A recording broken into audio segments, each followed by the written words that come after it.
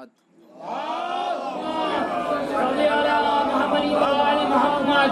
وعلی اہل بیتہ الطیبین الطاہرین المعصومین المظلومین المنتخبین المنتجبین الذین اذهب اللہ عنہم الرجس وطہرہم تطہیرا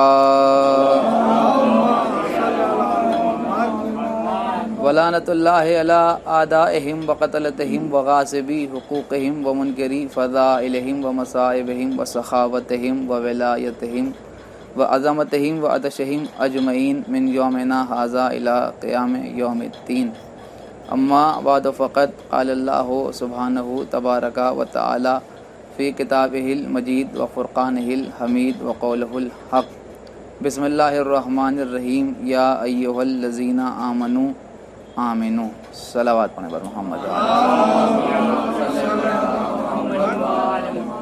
حضرت قرآن مجید کے مسلسل آئے مبارکہ کے اس فقرے پر گفتگو کرنے کے لیے کل میں نے تلاوت کا شرف حاصل کیا تھا. چند جملے آج کی اس تقریر میں بھی اسی حوالے سے عرض کر کے بات کو تمام کریں کہ اللہ نے صاحبان ایمان کو خطاب کر کے حکم دیا کہ تم ایمان لے آؤ. جو ایمان وہ لا چکے ہیں، جس کی بنیاد پر صاحب ایمان ہیں، وہ ایمان ظاہری ہے، اور جس ایمان کو لانے کا حکم دیا جا رہا ہے وہ ایمان باطنی ہے. ایمان ظاہری یعنی محمد رسول اللہ پر رک جانا، اور ایمان باطنی یعنی علی ولی اللہ کا اقرار کرنا. اور اسی لیے آپ کے چھٹے امام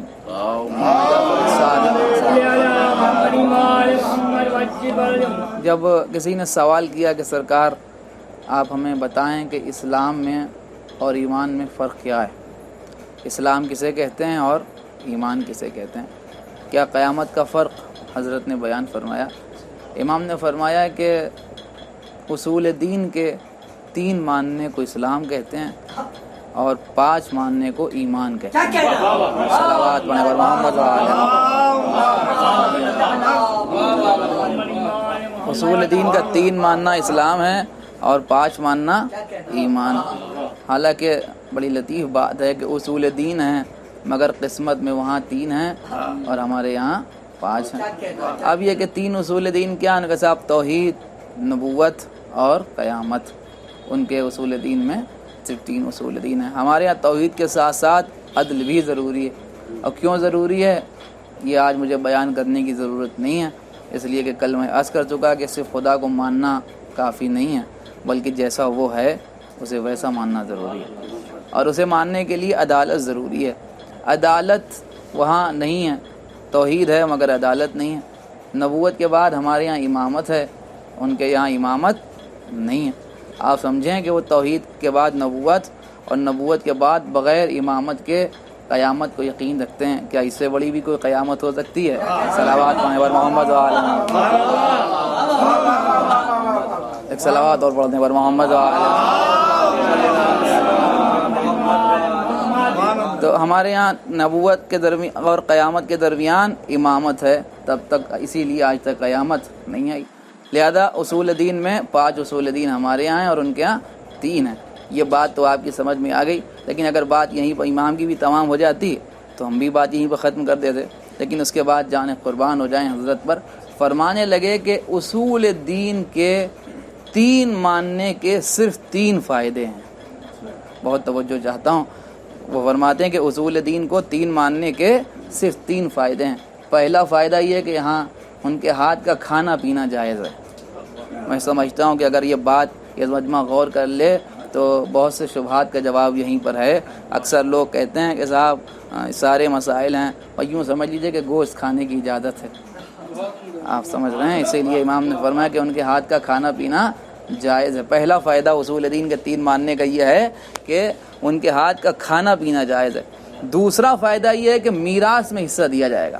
بہت توجہ کیجیے گا. دوسرا فائدہ یہ ہے کہ میراث میں حصہ دیا جائے گا. یعنی اگر مسلمان کی میراث بٹے گی تو جو بھی محمد رسول اللہ کہتا ہے یعنی مسلمان ہے تو ظاہری ایمان رکھتا ہے اور اس کے اوپر اس کو میراث میں حصہ دیا جائے گا. اور تیسرا فرق بڑا قیامت کا ہے. تیسرا فائدہ یہ ہے کہ اس کے یہاں نکاح جائز ہے.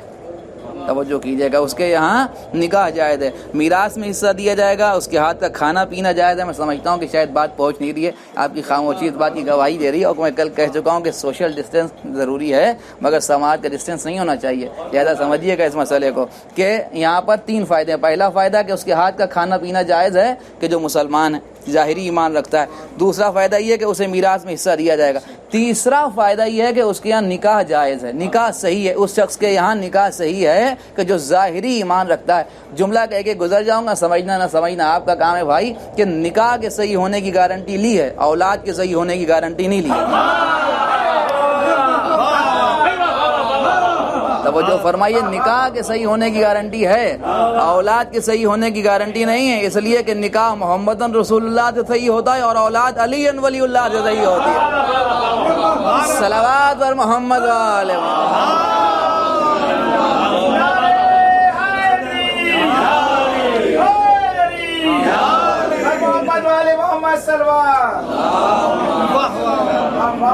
تو یہ فائدہ ہے اسلام میں، یعنی اسلام کے صرف 3 فائدے ہیں، اور باقی اس کے علاوہ، ان 3 فائدوں کے علاوہ کوئی چوتھا فائدہ ان 3 والوں کو، یعنی اصول دین کے 3 والوں کو کوئی فائدہ چوتھا اسے نہیں مل سکتا۔ اس کے بعد جتنے بھی فائدے ہیں وہ سب اصول دین کو 5 ماننے میں ہیں۔ لہذا یہ ہے ایمان حقیقی، یعنی ولایت جناب امیر کا اقرار کرنا۔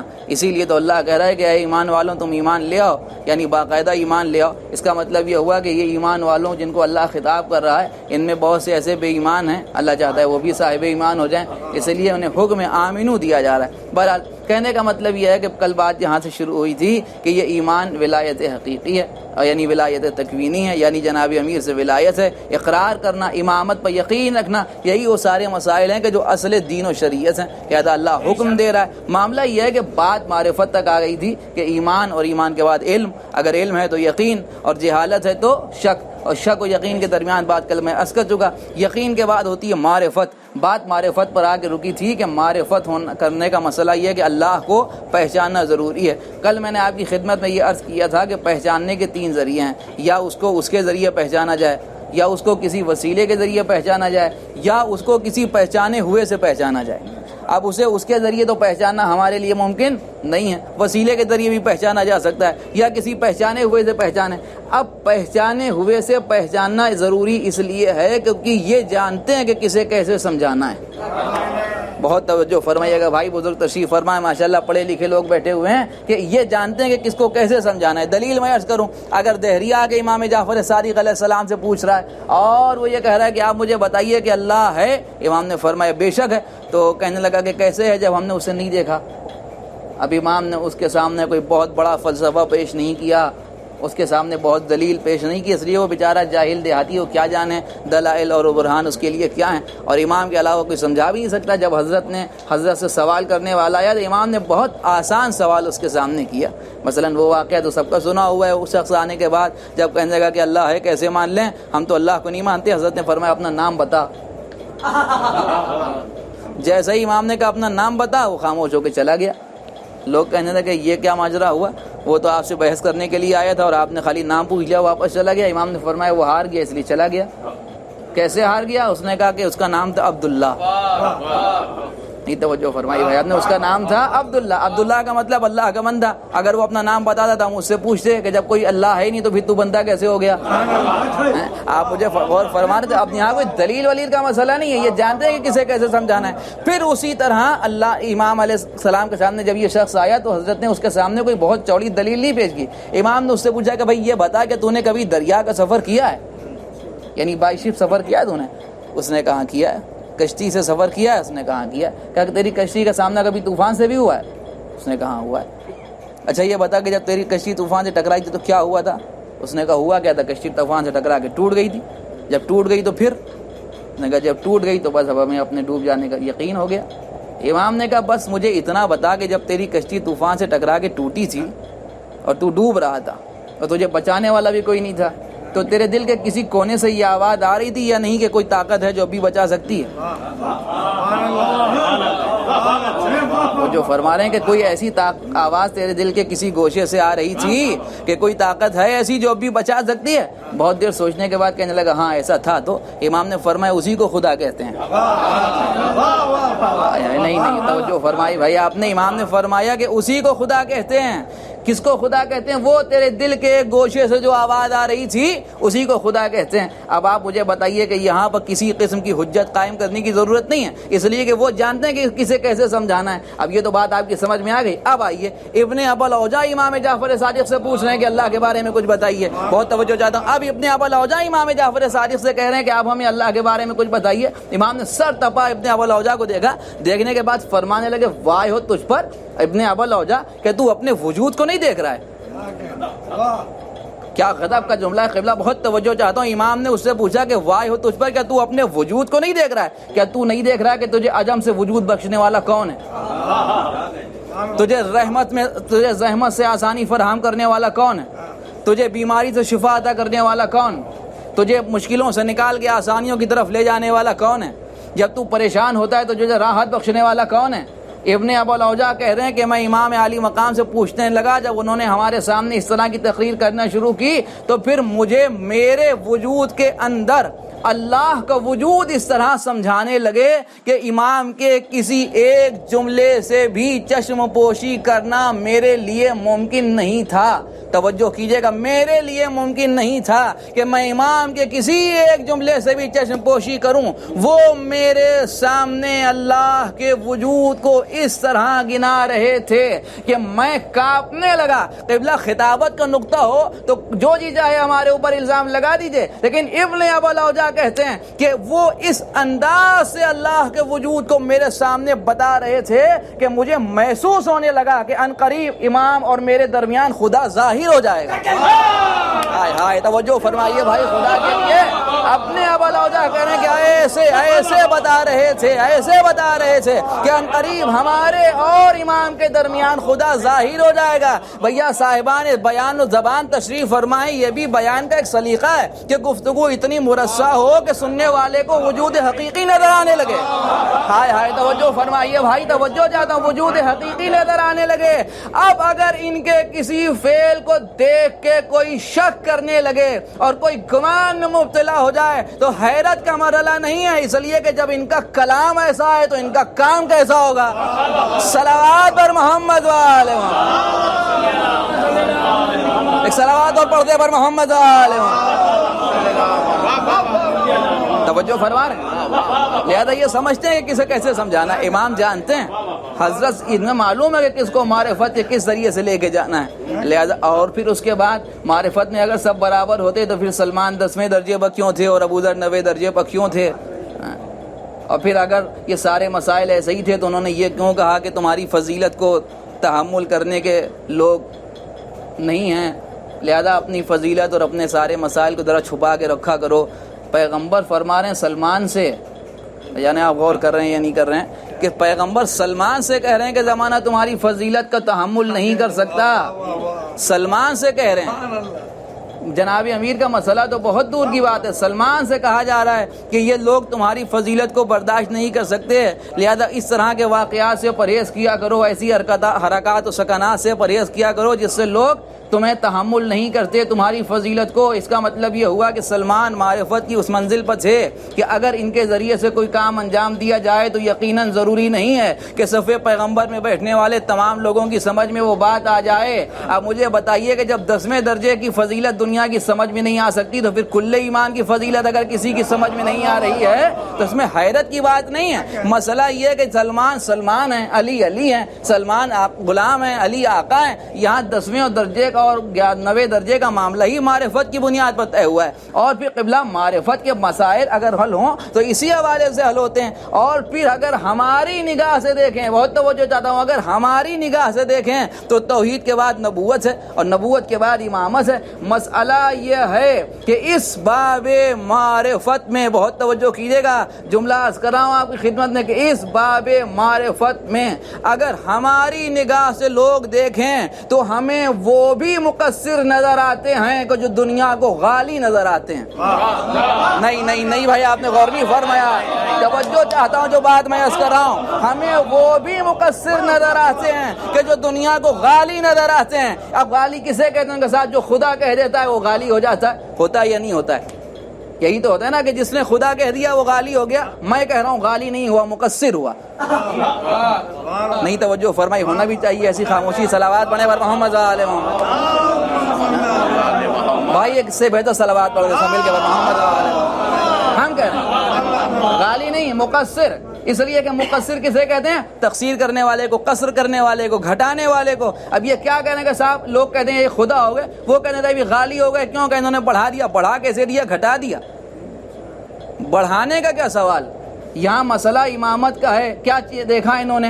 معاملہ یہ ہے کہ جب کوئی ان کے مسئلے میں، بہت توجہ کیجیے گا، جب کوئی ان کے مسئلے میں کوئی فیصلہ نہیں کر پاتا تو پھر وہ یہ فیصلہ کرتا ہے کہ یہ خدا ہیں۔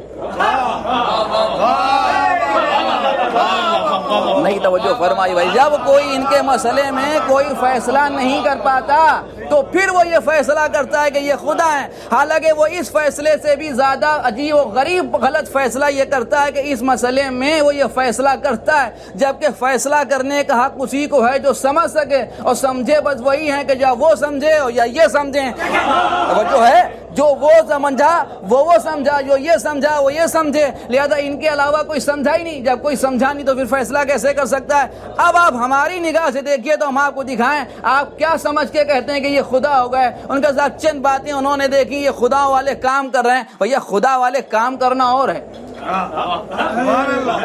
آپ سمجھ رہے ہیں؟ ٹھوکر ماری مردہ زندہ ہو گیا، اس کا مطلب یہ ہوا کہ یہ کہتے ہیں غالی ہو گئے۔ غالی کیسے ہو گئے کہ صاحب آپ نے قم باذنی پڑھ دیا، آپ تو غالی ہو گئے۔ قم باذنی کا مطلب کہ میرے اذن سے، تو اس کا مطلب یہ ہوا کہ آپ علی اور اللہ کے اذن میں فرق کرتے ہیں۔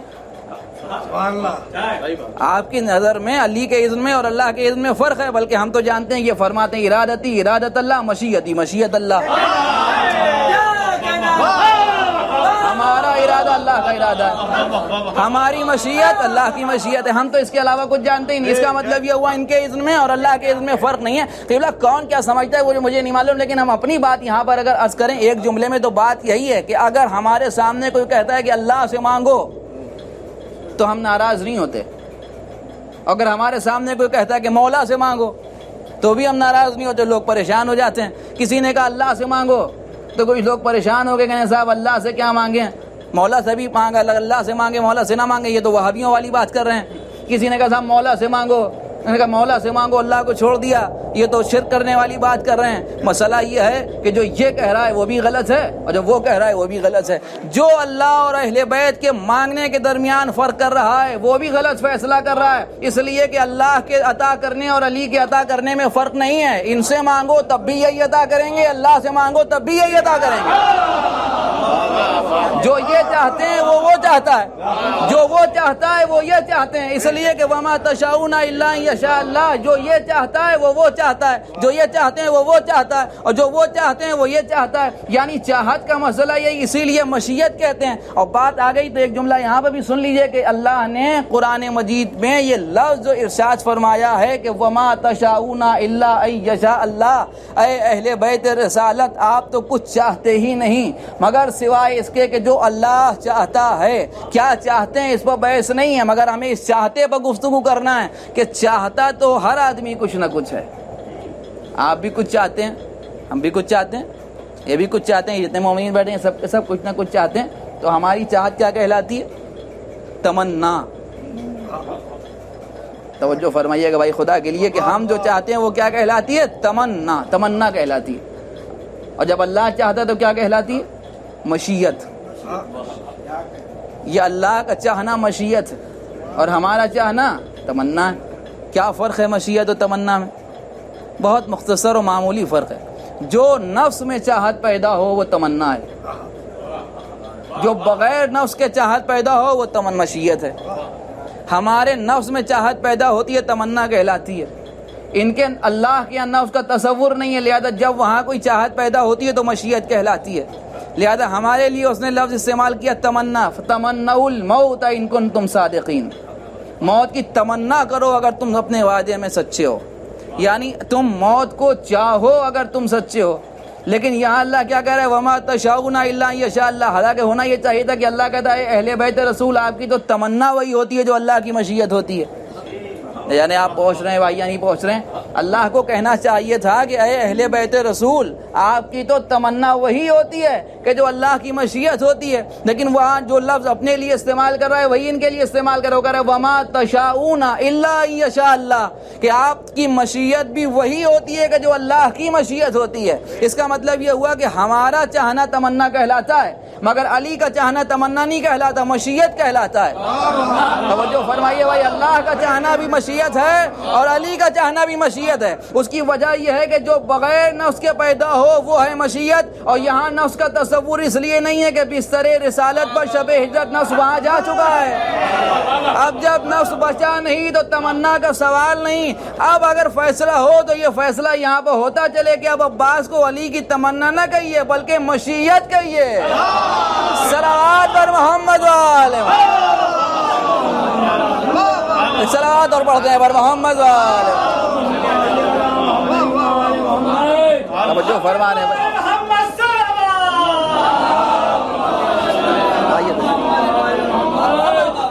ایک صلوات اور پڑھتے ہیں پر محمد والے۔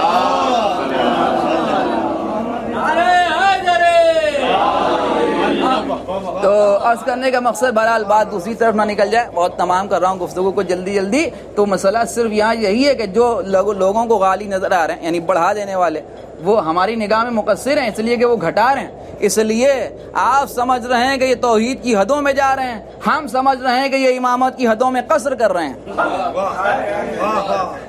آپ سمجھ رہے ہیں ربوبیت کی حدوں میں بڑھنا الگ مسئلہ ہے، امامت کی حدوں میں قصر کرنا الگ مسئلہ ہے۔ آپ سمجھیں جو بھی فیصلہ کر رہا ہے اس کا مطلب یہ ہوا کہ وہ امامت کے مسئلے میں قصر کر رہا ہے، وہ آج تک سمجھ ہی نہیں پایا کہ امام کسے کہتے ہیں۔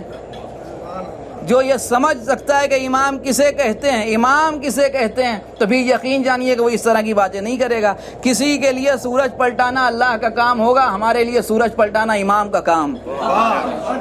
آپ سمجھ رہے ہیں، کسی کے لیے مردے زندہ کرنا اللہ کا کام ہوگا، ہمارے لیے مردے زندہ کرنا امام کا کام۔ کسی کے لیے نظم کائنات چلانا اللہ کا کام ہوگا، ہمارے لیے نظم کائنات چلانا امام کا کام۔ آگے بڑھنے اور پیچھے ہٹنے کے مسئلے پر ایک بات اور عرض کر دوں، شاید میں نے کسی مجلس سے تذکرہ کیا تھا کہ جب بھی ولایت کا تذکرہ ہوتا ہے تو غدیر بیان ہوتی ہے، اور جب غدیر بیان ہوتی ہے تو ایک فقرہ ضرور بیان ہوتا ہے کہ حضور نے پیچھے والوں کا انتظار کیا اور آگے والوں کو پیچھے بلایا۔ توجہ کیجئے گا بھائی، ہے یا نہیں؟ جو آگے چلے گئے تھے انہیں پیچھے بلایا، اور جو پیچھے رہ گئے تھے ان کا انتظار کیا، جب سب جمع ہو گئے تو وہ پیغام پہنچایا جو حضور پہنچانا چاہتے تھے۔ مسئلہ یہ ہے کہ جو آگے چلے گئے تھے وہ تیز رفتار لوگ تھے۔ توجہ ہے، جو آگے چلے گئے وہ تیز رفتار لوگ تھے، لہذا انہیں حضور نے پیچھے بلایا۔ جو پیچھے رہ گئے تھے وہ سست قدم لوگ تھے، حضور نے ان کا انتظار کر لیا۔ اس کا مطلب یہ ہوا کہ جو تیز رفتار ہیں وہ پیچھے آ جائیں، جو سست قدم لوگ ہیں وہ ساتھ آ جائیں، تاکہ مسئلہ حل ہو۔ پیغمبر ہیں حکیم مطلق، ان کا کوئی عمل بغیر حکمت کے نہیں ہوتا۔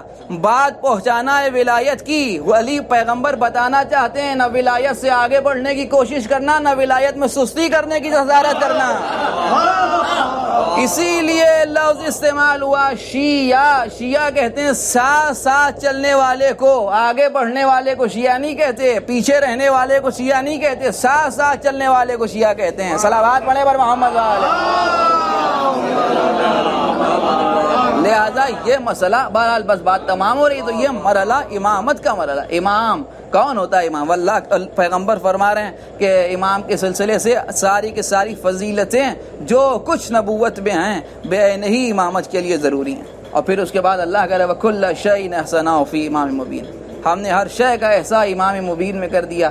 کون کہہ رہا ہے ہر شے کا احصاء؟ وَكُلَّ شَيْءٍ، یہ لفظ کل کسی ہمارے آپ کے جیسے لفظ نے شخص نے استعمال نہیں کیا کہ وہ محاورتاً استعمال ہو گیا ہو، اصطلاحاً استعمال ہو گیا، وہ استعمال کر رہا ہے کہ جو خالق زبان و بیان ہے، وہ کہہ رہا ہے وَكُلَّ شَيْءٍ أَحْصَيْنَاهُ فِي إِمَامٍ مُبِينٍ، وہ کہہ رہا ہے کہ جس کے لیے صبح سے شام تک نہ جانے کتنی مرتبہ آپ کہتے ہیں اِنَّكَ عَلَىٰ كُلِّ شَيْءٍ قَدِيرٌ، کہ وہ ہر شے پر قادر ہے، جو ہر شے پر قادر ہے اسی نے ہر شے کا ایسا امام کے اندر کیا ہے۔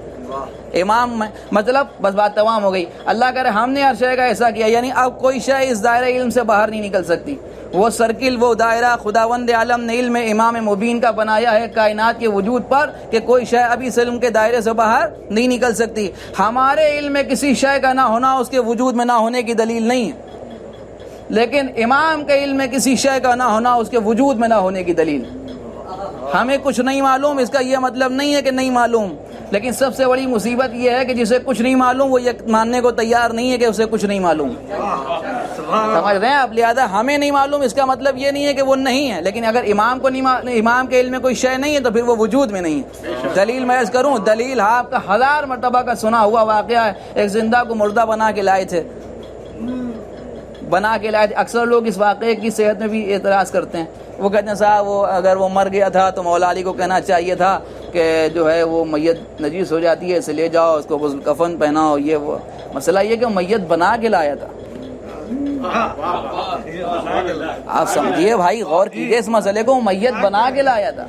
بنا کے مطلب جنازہ نماز کے لیے تیار، جیسے تیار ہوتا ہے ویسے تیار کر کے لایا تھا، اور ان سے کہا تھا کہ آپ اس کی نماز پڑھا دیجیے۔ مسئلہ یہ کہ ابھی جب مرے گا تو خود ہی مسجد کے باہر چلا جائے گا، اور اس کے ساتھ یہ سارے مردے بھی باہر جائیں گے۔ صلوات پڑھنے پر محمد علیہ صلوات اور پڑھنے پر محمد علیہ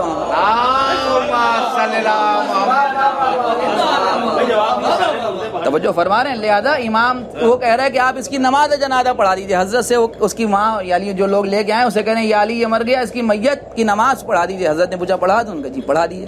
کیا کہا حضرت نے؟ نماز پڑھتا ہوں اس میت حاضر پر۔ صحیح کہا کہ اس میت حاضر پر پڑھتا ہوں، مر گیا، یہی تو ہے نا، مر گیا۔ اور ظاہر ہے کہ مرے گیا، کیوں نہیں؟ اس لیے کہ اللہ کرے ہم اپنے ارادے سے زندہ کرتے ہیں اور اپنے ارادے سے مارتے ہیں۔ ارادتی ارادت اللہ، مشیتی مشیت اللہ۔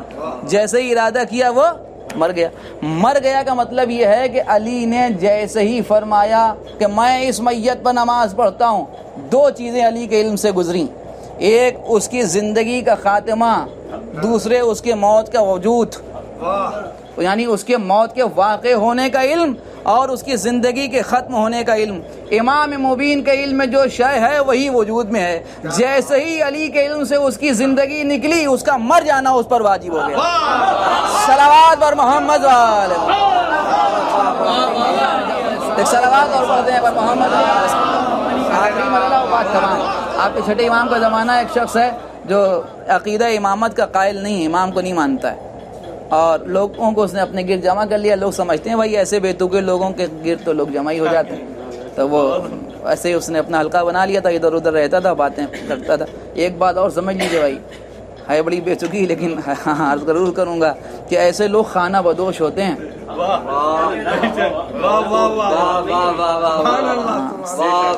کوئی ایک خیمہ ان کا نہیں ہوتا ہے، ایسے بیتوکے لوگوں کا ایک خیمہ نہیں ہوتا، لہٰذا کبھی یہاں تھا وہاں تھا وہاں تھا وہاں تھا، سب جگہ جاتا تھا وہ کہیں شامت کا مار وہ کوفے آ گیا۔ جب کوفے آئے تو ان کو خبر ہوئی جناب حشام ابن حکم کو، چھٹے امام کے صحابی اور شاگرد، آپ سمجھ رہے ہیں، جو امام کا شاگرد ہو پھر کیسا ہوگا۔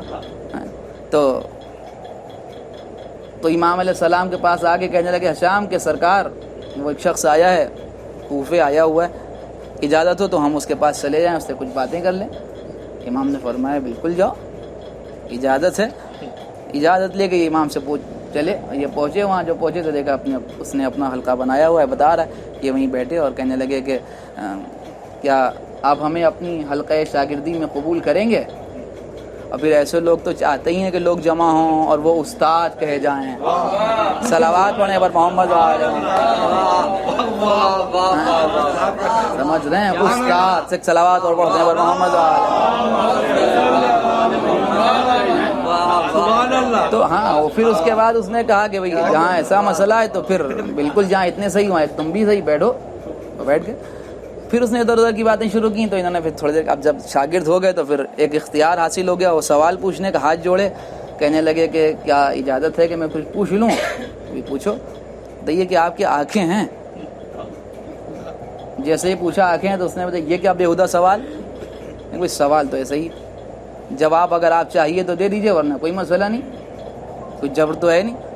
اب استادی کا دعویٰ کر چکا ہے، شاگردے میں قبول کر چکا ہے، اس نے کہا یہ پوچھو. پھر انہوں نے کہا آنکھیں ہیں؟ کہا جی ہیں. کیا کرتے ہیں آنکھوں سے؟ کہا آنکھوں سے دیکھتے ہیں. کان بھی ہیں؟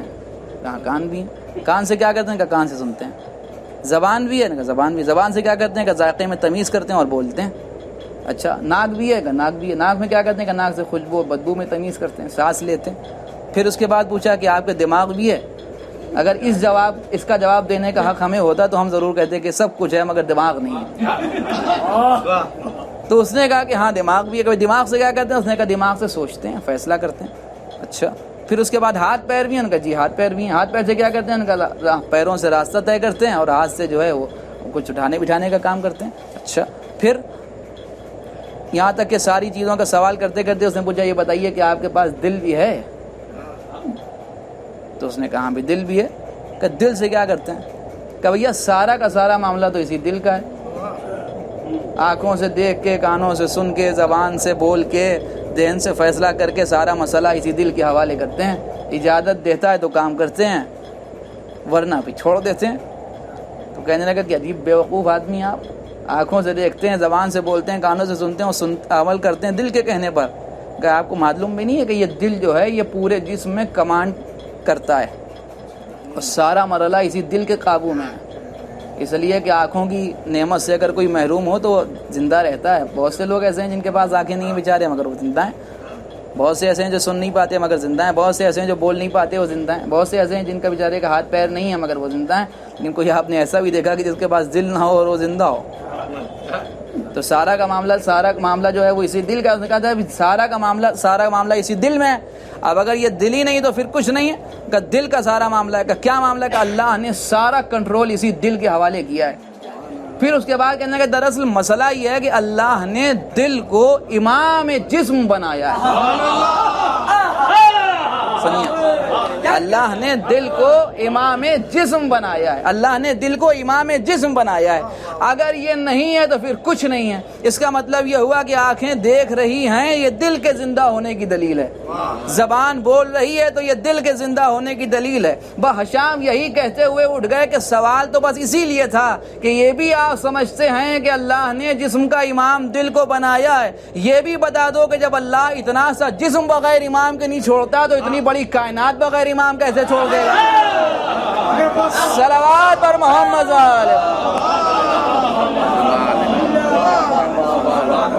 ہمارا وجود ہمارے دل کے زندہ ہونے کی دلیل ہے. اسی طرح کائنات کا وجود امام کے باقی ہونے کی دلیل. اور پھر یہ دن، یہ راتیں، یہ ایام امام ہی سے منسوب. اور ظاہر ہے کہ مولائے کائنات امام کے علاوہ اور کون ہو سکتا ہے جس کو اختیار کل دیا گیا ہو، جس کا اختیار پوری کائنات پر ہو. ایسے ہی تھوڑی ہے کہ آپ کا اختیار جہاں ہے، خدا نخواستہ آپ کو کوئی مصیبت ہوتی ہے، مشکل ہوتی ہے تو جہاں جہاں آپ کے اثرات ہیں وہاں تک اس کا اثر دیکھا جاتا ہے. آپ سنتے ہیں نا کہ در و دیوار مسجد کوفہ لرزنے لگے، مسجد کی قندیلیں آپس میں ٹکرانے لگیں، آثار قیامت نمایاں ہونے لگے. کیوں نہ ہوں؟ اس لیے کہ مولائے کائنات کے سر پر ضربت لگی ہے. کائنات لرزہ بر اندام کیوں نہ ہو؟ اس لیے کہ امیر کائنات پر ظلم ہوا ہے. بس عزیزوں بات تمام ہو گئی، آپ کی آوازیں بلند ہو گئیں. ایک بات کہی جا سکتی تھی لیکن ہم سمجھتے ہیں کہ بھائی وہ ہر برس کے لیے ہو سکتی تھی، مگر کم از کم یہ بھی ایک مصیبت ہے کہ اس سال کے لیے یہ جملہ بھی کافی نہیں ہے کہ آج 21ویں رمضان ہے اور آپ تھکے ہوئے ہیں. اس لیے کہ ہم نے کیا ہی کیا، ہم نے کیا کیا؟ نہ مجلس کی نہ ماتم میں شرکت کر سکے، نہ نواخوانی کی طرح نواخوانی ہو سکی، نہ جلوس میں شرکت ہو سکی. بس یہ رات شرمندگی کی رات، ندامت کی رات، فاطمہ زہرا سے ندامت کی رات، زینب کبریٰ سے ندامت کی رات،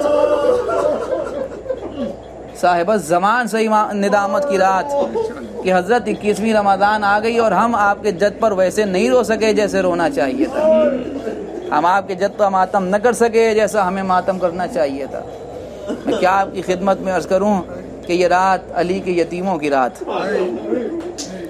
کل کی رات جو گزری وہ شب شہادت تھی، شب وصیت تھی، زخمی حالت میں صحیح مگر مولا علی بیٹیوں کے سامنے تھے، غش سے افاقہ ہوتا تھا، کبھی غش آ جاتا تھا، یہ سارے مسائل تو تھے۔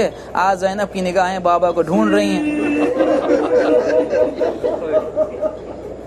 آج ام کلثوم علی کو تلاش کر رہی ہیں۔ بھائی جملہ ہے دل پر اگر لگ جائے تو قیامت ہے، قیامت۔ مسئلہ یہ ہے کہ صرف زینب و ام کلثوم کی بات نہ کیجیے، نہ جانے کتنے ایسے لوگ تھے جنہیں معلوم بھی نہیں تھا کہ کتنے لوگوں کے گھر چل رہے ہیں علی کی وجہ سے۔ جب 3 دن تک کوئی فریاد رس نہ پہنچا تو انہیں وہ لوگ بھی تلاش کر رہے ہیں کہ کہاں ہے ان کا مسیحا کہ جو بھوکوں کو کھانا کھلاتا تھا، پریشان حالوں کی مدد کو پہنچتا تھا۔ ایسے ہی تھوڑی وہ واقعہ آپ کو تاریخ میں ملا ہے کہ جب حسنین دفن کر کے لوٹے تو اس سے پوچھنے لگے بھائی تو کیوں پریشان ہے، تو وہ کہنے لگا کہ میں کیا کروں کہ ایک شخص تھا جو میرے پاس آتا تھا کھانا لے کے، 3 دن ہو گئے وہ نہیں آیا۔ کسی کو کچھ عطا کر دینا۔ کیا آپ کی خدمت میں عرض کروں، میں سمجھتا ہوں کہ کسی مصائب کی روایت کی ضرورت نہیں ہے، ساری چاہتے زندگی بھر رونے کے لیے کافی ہیں۔ علی سے زیادہ مظلوم شخصیت کون ہو سکتی ہے؟ روایت کہتی ہے کہ اکثر مجلس نماز کی حالت میں مصلی پر امام علی مقام بیٹھ کے آنسو بہاتے تھے اور گریا کرتے تھے اور روتے تھے۔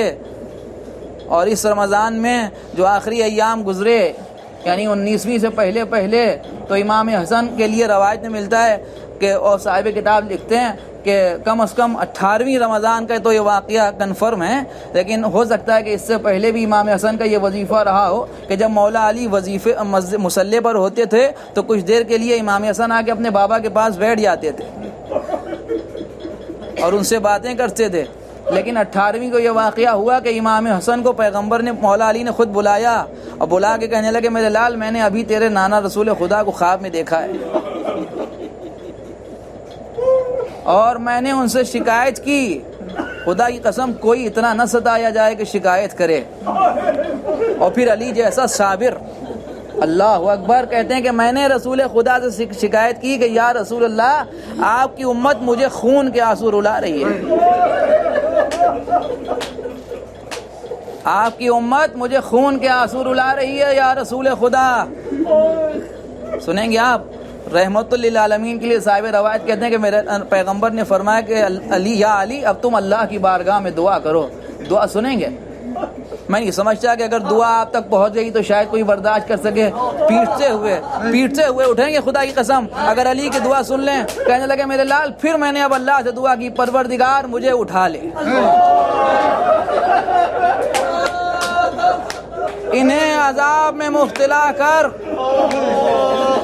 علی کا اٹھ جانا کسی عذاب خدا سے کم نہیں تھا۔ آج دنیا مولائے کائنات سے خالی ہو گئی، یہ عالم ہے، تو یہ کیفیت ہے جناب امیر کی۔ اور پھر وہ کہتا ہے کہ میں کیا کروں وہ نہیں آیا آنے والا، تو امام نے اس سے پوچھا کہ نام جانتا ہے اس کا، تو کہنے لگا کہ نام تو بتایا ہی نہیں۔ جب میں نے کبھی ان سے پوچھا کہ آپ کون ہیں تو وہ کہتے تھے غریب ہے جو غریب کے پاس بیٹھا ہے، فقیر ہے جو فقیر کے پاس بیٹھا ہے۔